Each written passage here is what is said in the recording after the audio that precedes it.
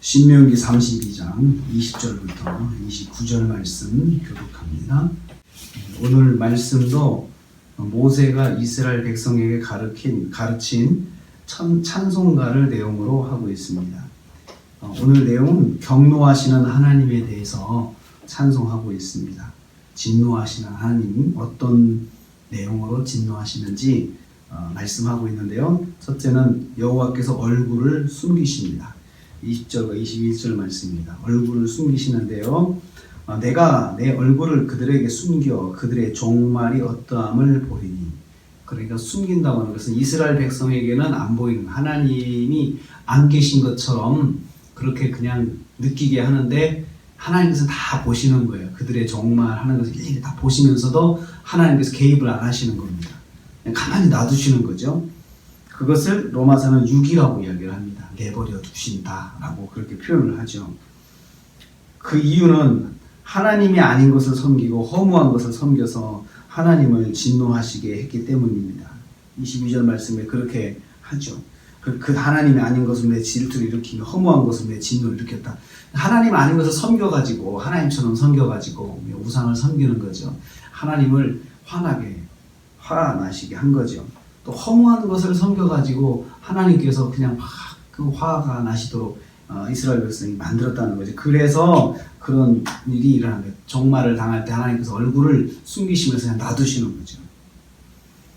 그래서 그들이 그렇게 따르던 그 허무한 것, 그 우상, 그것으로부터 고통을 당하게 하는 거예요. 너희가 그렇게 쫓았지, 그러면 너희가 한번 그것으로 당해봐 하면서 그들이 섬겼던 우상이 오히려 그것 때문에 고통을 받고, 그들이 섬겼던 험한 것 때문에 오히려 고난을 당하면서 그것을 깨닫게 하는 거죠. 이게 아무것도 아니구나 라는 것을 깨닫게 한다는 거죠.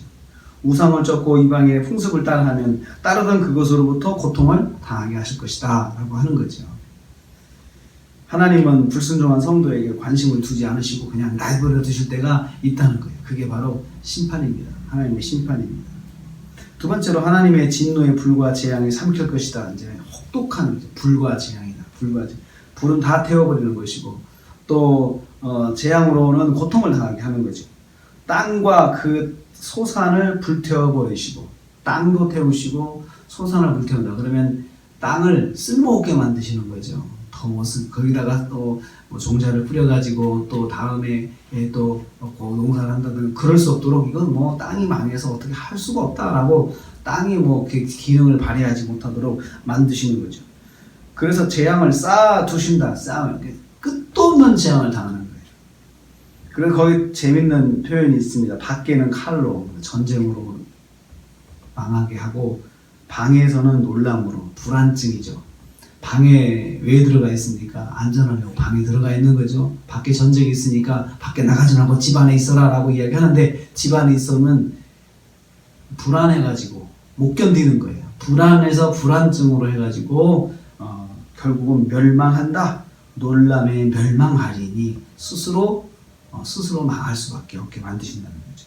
그러니까 전쟁을 통해서 하나님께서 심판하시는데 그 위험을 피해가지고 어디를 숨어 들어가도 그 안에서 편하지 못하고 마음이 불안해서 스스로 그냥 멸망할 수밖에 없게 하신다는 것이죠. 그래서 결국은 내가 이 땅에서는 살지, 땅이 필요가 없으니까 어떻게 되겠어요? 땅이 쓸모가 없으니까 땅을 떠나게 되죠. 그래서 뿔뿔이 흩어지는 거예요. 자기들이 살기 위해서 뿔뿔이 흩어지는 거죠. 쓸만한 땅이 없을까? 그곳으로 가자라고 해서 그 땅을 찾아가지고 흩어지게 되는 거죠. 그래서 결국은 하나님의 백성이 뿔뿔이 흩어져가지고 모여서 살지 못하게 하나님께서 만드신다는 거죠.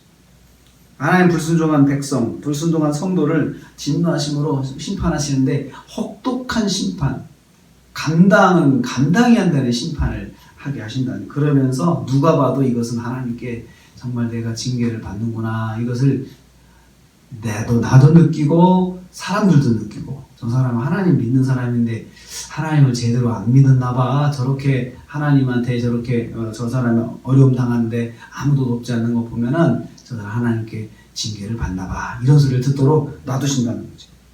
세 번째로 하나님은 원수들이 적응할 수 있지만 그걸 실행하십니다. 그러니까 하나님의 백성이 심판을 받으면 하나님 믿지 않는 사람들이 그렇게 생각할 거 아니냐 이거죠. 하나님이 저 사람 하나님 섬기는 사람인데 왜 저렇게 됐지? 하나님이 무능하신가? 또 하나님은 안 계신가 봐. 하나님은 없나 봐. 이렇게 생각을 할 수가 있죠. 오해를 할 수가 있는데도 불구하고 그런 소리가 날 것을 아시지만 그럼에도 불구하고 징계하신다는 거예요. 심판하신다는 거예요. 그만큼 하나님께서 마음 잡고 심판하신다는 거예요. 마음 잡고. 무슨 소리를 밖에서 무슨 소리 저 사람은 저 부모가 왜 저렇게 심하게 다루지?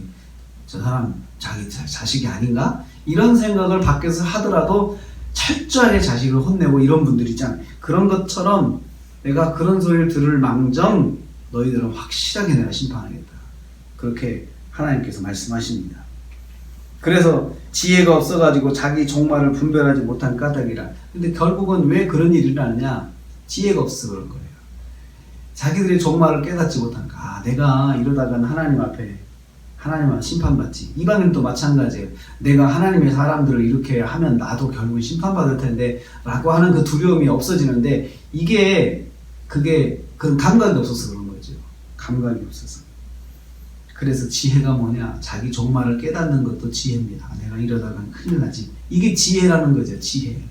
그래서 하나님 믿는 것이 그 좋은 것 중에 하나가 이런 지혜가 있다는 거죠. 하나님에 대한 지혜가 있다는 것.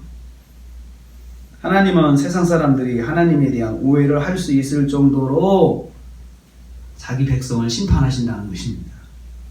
그래서 하나님은 자기 백성이라도 철저하게 심판하시는데 그 이유는 뭘까요? 깨닫고 돌아오라는 거죠. 깨닫고 돌아오라는 거. 그래서 맞을 때 돌아오는 것도 은혜예요. 그렇게 맞고 다시 돌이켜서 하나님 앞에 선다는 것은 정말 은혜예요. 은혜. 그래서 정말 성도들이 보면은 정말 여기 성경에서 말씀한 것처럼 배부르고 좋을 때 그걸 즐기려고 하나님 떠났다가 맞고 돌아오는 분들이 많이 있어요. 그래도 맞는 것은 은혜예요. 어떤 사람들은 하나님께서 놔두십니다. 완전 심판이죠. 때리지도 않으시고 놔둬요. 그래서 그 죄악 가운데서 거하게 하시면서 거기서 고통을 당하게 만드시는 거예요. 오늘 모세는 이스라엘 백성에게 하나님의 진노에 대해서 찬송가를 만들었어요. 굉장히 이 부분은 읽으면서 고통스러울 거예요. 그렇지만 알 건 알아야 되는 거예요. 하나님이 이런 분이시다라는 것을 알려주는데 오늘 우리가 하루를 지내면서 참 하나님의 자비하심, 사랑의 하나님, 은혜로우신 하나님 알지만 진노하신 하나님, 공의로우신 하나님에 대해서도 우리가 알고 있을 때 하나님을 우리가 제대로 말씀대로 섬길 수가 있습니다. 오늘 하루를 지내시면서 하나님의 은혜가 진노도 은혜다. 이것을 기억하시면서 우리에게 만약에 그런 조짐이 있다면 빨리 돌아오면서 우리가 말씀 안에 사시고 그럼 오늘 하루도 말씀 가운데 사시면서 성경에 약속하신 그 축복이 함께 하시는 하루가 되시기를 주님의 이름으로 축복합니다.